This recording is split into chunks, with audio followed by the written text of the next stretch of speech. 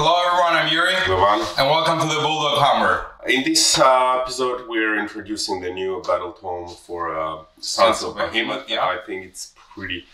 actually, I have no idea. I just heard rumors. But you got some research, so you ready? Yeah, so big shout out to AOS Coach who released the preliminary review for the Sons of Behemat. Actually, I don't have a book in front of me, so I'll be, basing my play on that review. I'm very excited. I think it's a pretty balanced book now. It's not, it has some changes it needed. So we'll see how it's gonna play out. Probably the key now would be instead of concentrating on the damage, it would be a game of attritions. Also, as you may have seen on our YouTube shorts, we are changing the format for our battle reviews. We've been hearing some comments and feedback saying that you would like to see the shorter, more condensed battle report versus something that lasts over an hour. So this would be a pilot one. Leave your feedback, leave your comments, see if that works or you would like us to go back to the previous format. And Levan, what about you? What are you bringing today? Well, I'm bringing Daughters of Khaine. I think it's very standard list armies. So I think it would be very good to test Gargant because it has a very big damage output. So let's see if it's enough. To mitigate your damage output, I'll bring Avatar of Khaine with the Heart of Fury, so maybe it will help me to, because I'm a glass cannon. Okay. Maybe it will help me to survive a little bit more. So let's see how it works. Worth noting, our list will be uploaded on the Twitter, so check it out. And without further ado, enjoy the battle report. The battle plan that we're playing today is called Price of Galette. It's a pretty standard battle plan that is played on different events. You're probably going to see them in or any RTT or GT you're gonna go. So it's 5 objectives, however they're not activated. The player who goes second activates 1 objective. The home objective can be activated only starting from the turn 2. Other than that, it's a standard rule for scoring: score 1, score 2, score more, and obviously your battle tactics. So for my army, I'm running 4 megas because megas are much cooler than the little ones. I'm taking a King Broad because he is awesome. He buffs the entire army with his prayers. The War Stompers and the Gate Breakers. So the War Stompers, believe it or not, is my general. I think the War Stomper tribe needed the much needed change compared to the first book. And what I'm giving him the his command trait would be make it 3d6 charge with an artifact that allows him to run and charge. So I'm bringing only Spear Snakes. It's unit 15, unit of 10, and unit of 5. Avatar of Khaine, just to give me additional save and to cast some prayers. Must have Marathi, of course, and Iron Scale Medusa. That's basically my list. And in terms of the sub-faction, I'm running Zainter Kai, so I can fight at death. Okay, that is pretty strong. Yeah. So essentially, one thing to note, like we said, the format is going to be slightly changed.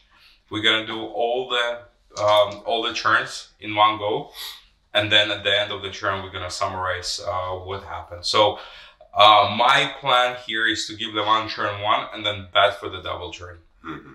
Okay, good luck.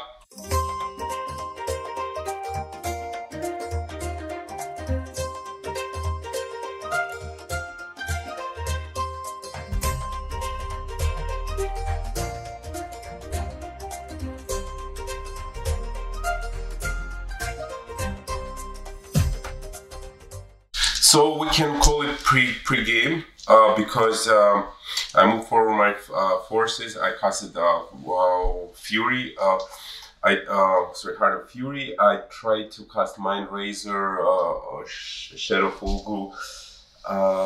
It didn't work, but the only thing I casted is Mystic Shield to Big Marathi. Yeah. And unfortunately, no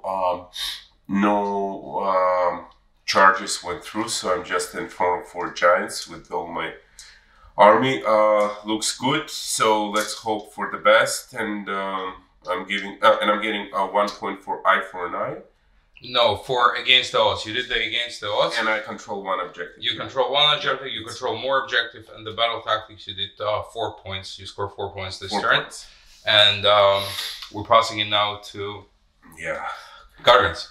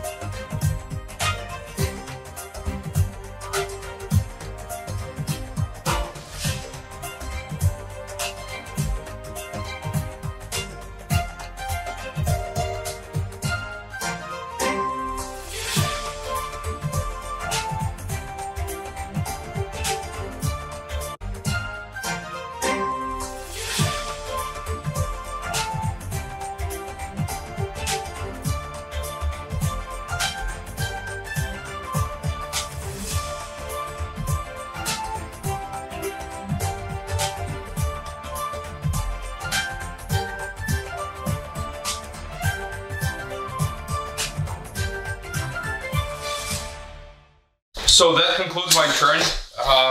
Pretty uneventful, I would say. Well, it was incredible for me. Yeah, so essentially what I did, I used the prayer from the King Broad to give +2 movement. But, you know, I moved with everybody, but I failed this, you know, short charge with these 2 guys. So only the general was able to get in. And honestly, I did more damage to him than he did to me. Yeah, and you did more damage to him than, yeah. So let's sum up, because people don't know probably, right? So he got 21 wound. Yeah, 21 wound on him, 15 wounds on this guy. The thing that I used on this guy is a pulvinating strike. So the way it works, instead of using all his regular attacks, I can roll, and on 4+, I can just deal straight 4d6 mortal wounds, right? And I rolled 2, so he was just so stuck this there. area was untouched. My Marathi was untouched. I actually dealt 3 wounds to yeah, Marathi oh, from actually, the yes. string attack. Yeah, you kept her. She was at her finest hour, so I basically wasted that. But the fact that, the fact that it didn't charge, it was like saver. So if I get priority, I'm pretty sure these 2 guys may go down next turn. Easily, yeah, and you will tie up the rest. And I think that this thing worked magic with 1 Yury, because it was incredible, right? It was really good. So one more thing to note is that Levan lost 4 models here. 4 models. He cannot use Inspiring Present. This is the new rule. Before and I you rolled can get 1, so it was very good. Yeah, before it's -1 to bravery. Now you cannot use the Inspiring Present. So regardless, I score my battle tactics, desecrate, and I hold this objective. So it's 4/4, and then now we're moving to the very key. Wait for you. You control 1. Let's control more. You control more. Yeah, sorry. Yeah. Okay, so priority. Please. 2, 4. Oh no. Yeah, so that was a saving roll for me. We're moving to the turn 2 Gargants.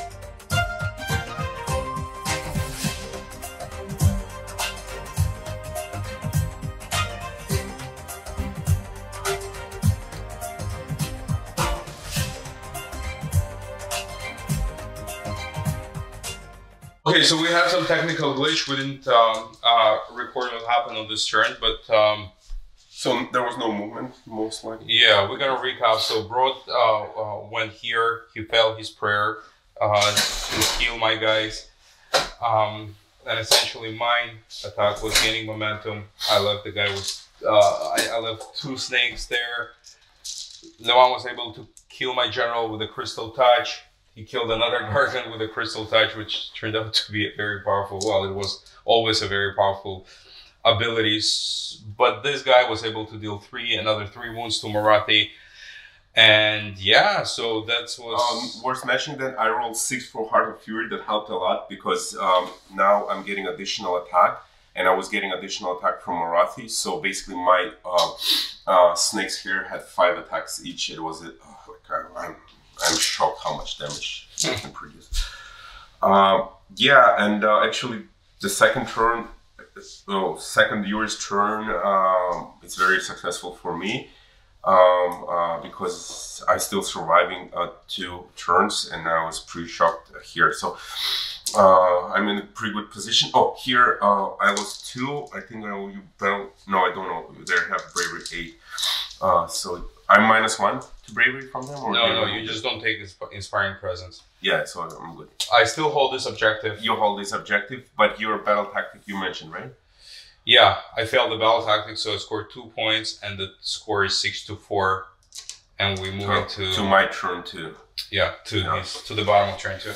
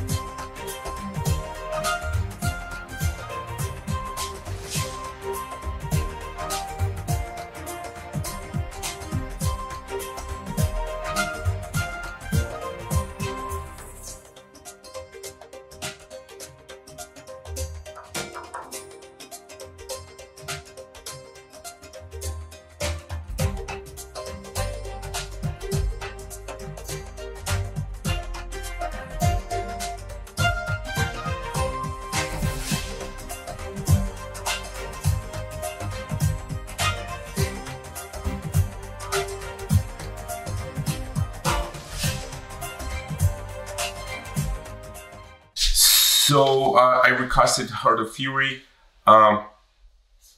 killed a giant. These guys got Mind Razor, so I had 2 randa, and I didn't need to use a Crystal Touch. My Marathi get 1 damage from the fall of the giant. These guys get 1 damage from the giant, and that's basically these guys is withered. So whenever I fight him, I'm getting additional +1 to wound. And by rally, I brought back 2. That's it. You scored 3 points. I have 3 points because I controlled that. My battle tactic was gaining momentum. I had to kill that Gargant. And with that, we're moving to battle round number 3. 3, yeah, that's probably a decisive one. 3 or 4. Yeah, I'm getting that for sure. Yeah, we can play this out, see how it works.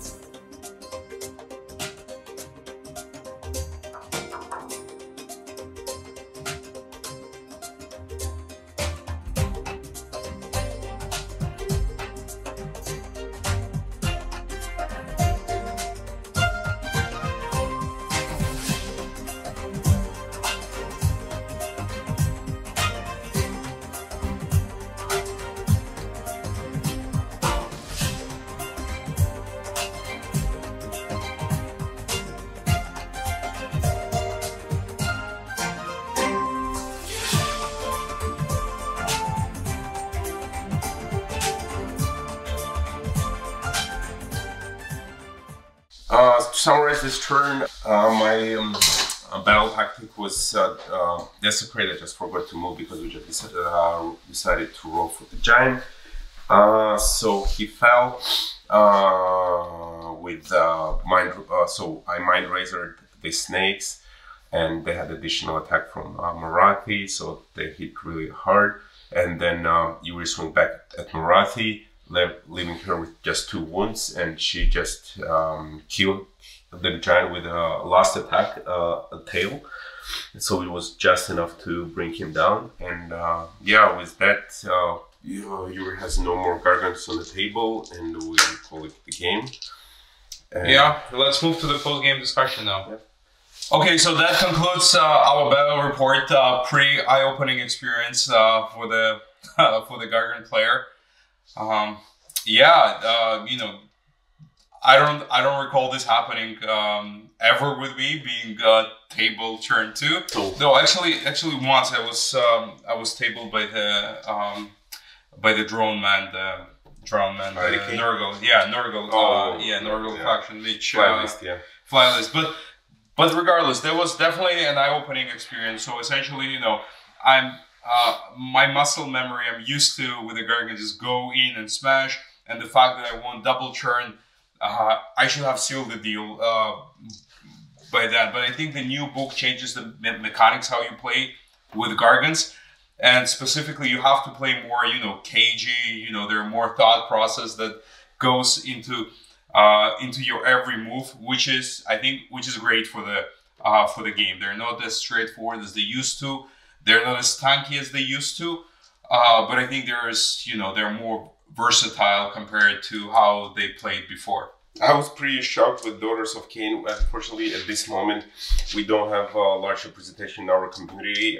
Players who used to bring them to tournaments, they moved to other factions for some reason. So it was complete shock how much damage the bow snakes can produce, especially for 2 turns. I rolled the spear snakes. Spear snakes, and I rolled 2 times 6s for the 1/3 that gave me additional attack, and then Marathi gave me additional. So each snake had 5 attacks. Yeah. And 1 tournament they were mind razored. So it just basically they killed giant like nothing. And more opening for me was that the resiliency of them, because when I reduce your damage again because of the crazy prayer, I thought that when I failed my charges, honestly they were pretty long charges, 8 and 9, but still I thought, okay, I'm done because you're coming. You failed your charges.